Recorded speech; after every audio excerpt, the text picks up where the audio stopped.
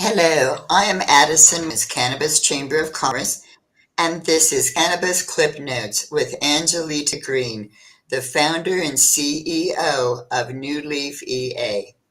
Angelita has over 20 years of experience in accounting and management. She is a VPI Dope CFO and has worked with cannabis clients for over 9 years from the seed to sale industries. She's a certified seed counter. New Leaf EA specializes in cannabis cash management, cannabis KPI, cannabis CFO services, cannabis inventory management, cannabis startup, cannabis tax planning and tax preparation, GAAP, cost accounting, 280E, and tax compliance for all segments of the cannabis industry. So, Angelita, what are the common tax types for cannabis businesses? Thank you, Addison. I just want to thank you first for allowing me to be here today, and I enjoy being a member of WCCC. Today, I'm going to talk about the first of the four ClipNote series that I have, and it is titled Potential Types of Cannabis Taxes for New Business Owners in the United States. So I have a presentation. So I'm just going to go ahead with my presentation and go over all of the different tax types for you. Let's see if I do this correctly. So the first one is the federal income tax. So Section 280E was enacted in 1982 and prohibits businesses from trafficking in controlled substances. So it doesn't allow you to deduct normal business, expenses. So this law significantly impacts cannabis businesses since cannabis remains a Schedule I substance under the federal law. So it affects their profitability. If cannabis was rescheduled to Schedule III, then Section 280E would no longer apply. And then that means the cannabis businesses would be able to deduct the ordinary and business expenses like other industries would be able to.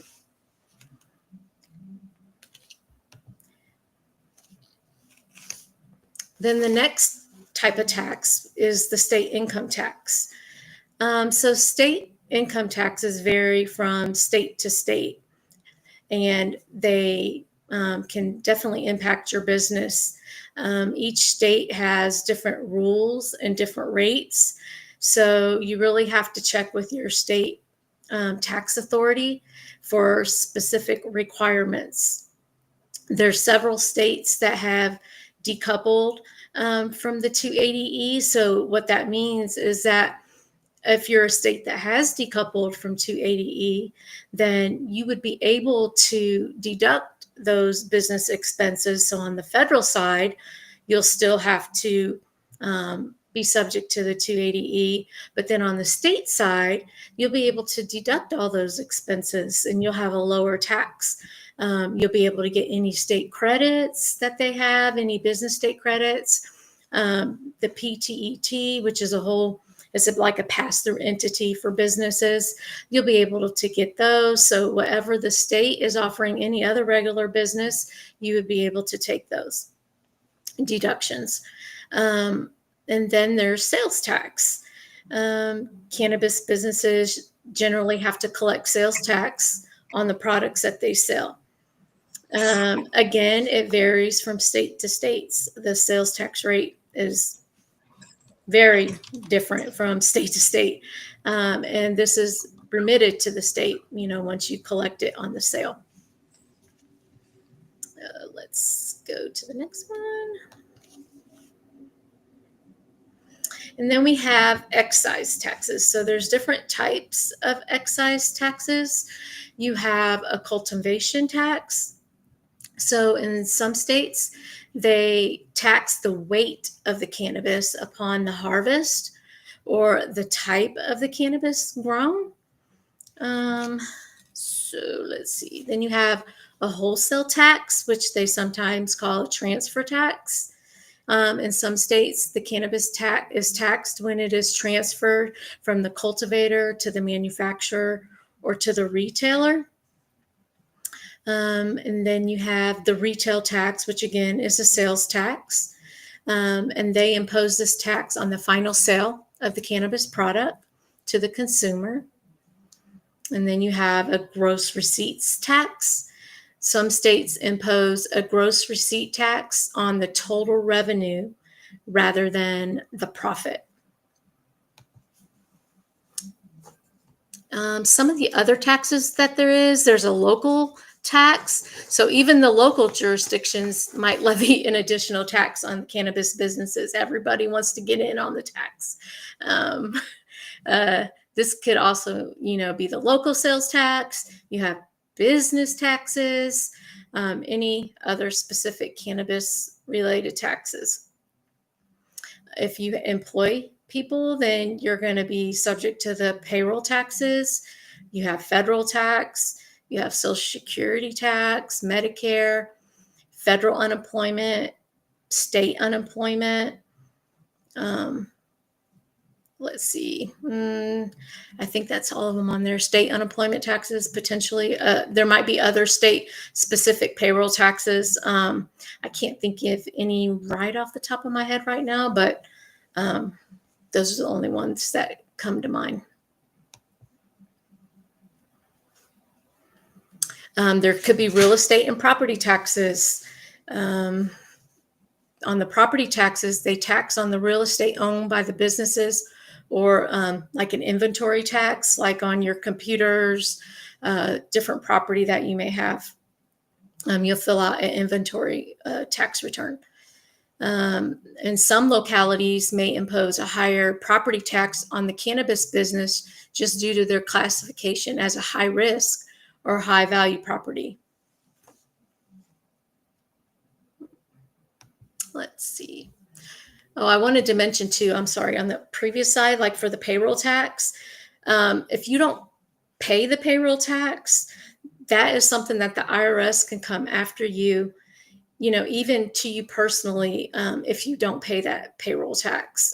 Sometimes, when you're holding that money, you think, oh, I can pay this or pay that, and you'll pay the payroll tax later. They can come after you personally, if you're the owner, that's something that they can still come after you for. So you definitely want to pay the payroll tax.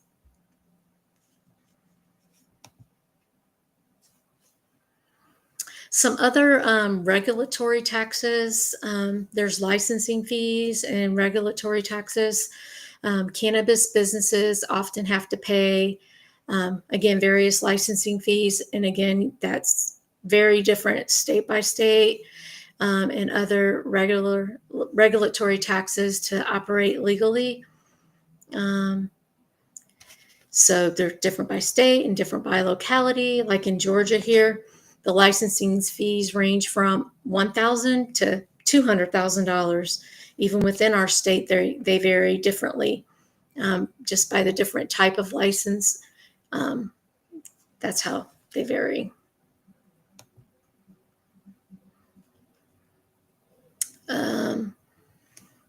I thought I had a different slide. Let me look. I'm gonna go back. Yeah, I had a different. Oh, yeah, here it is. I don't know how that got missed, but there's a disaster. I wanted to point out this disaster relief provision because we've had a lot of hurricanes recently. Here in Georgia, I'm in Georgia, and then North Carolina, Florida. So there's a disaster relief provision. So business owners should be aware that during disasters such as a hurricane, there's many states and federal agencies that typically offer extensions on tax filings and payments. However, it's important to note that extensions are generally not granted for taxes owed prior to the disaster. So it is crucial to Verify specific guidelines with your respective tax agency to understand how these provisions apply to your situation. So most of the time they'll send you like a notice via email or something like that if it'll apply to you in your state. So, being informed and proactive in these circumstances can help mitigate any potential financial impact. And I also want you to be aware that, let's say, like for me, I am in the state of Georgia and I was recently impacted by a hurricane, but I have clients all over the state of the US. And maybe some of my clients were in states where they weren't impacted by the hurricane. I I have a relief until May of next year. So any clients that I do work for, even if they're not impacted by the hurricane in their state, I can apply for the same disaster relief provision that I have because they're my client. So on the state level and on the federal level. So that means they also get the same extension as me. So just make sure that you're aware of that also, that even though you're not in that state, that your accountant, your tax accountant can also apply for that disaster relief provision also. So just to conclude, successfully managing the complex tax landscape of cannabis businesses in the United States requires diligent planning and comprehensive understanding of both federal and state regulations. Engaging the expertise of a tax professional who specializes in cannabis can be immensely beneficial in ensuring compliance and enhancing profitability. And I just wanted to bring up my second clip notes will be on income taxes for Native American individuals and sole proprietors. So I hope you tune in for that one because that will be very interesting as well. And thank you for your attention and participation. Oh, thank you, Angelita. That you packed so much information into such a short period of time, and this is only the tip of the iceberg. Yes. I'm looking forward to the rest of the series, and for those who want to go back and rewatch this stream, it's available on all the Women's Cannabis Chamber of Commerce's social media, on the Women's Cannabis Chamber of Commerce website. And in January, it will be available with the entire series on the Women Cultivating Success Directory. Now, if you have any questions from the information in this Cannabis Clip Notes, please contact Angelita Green personally. Her email is on the screen. And thank you all, and thank you again, Angelita.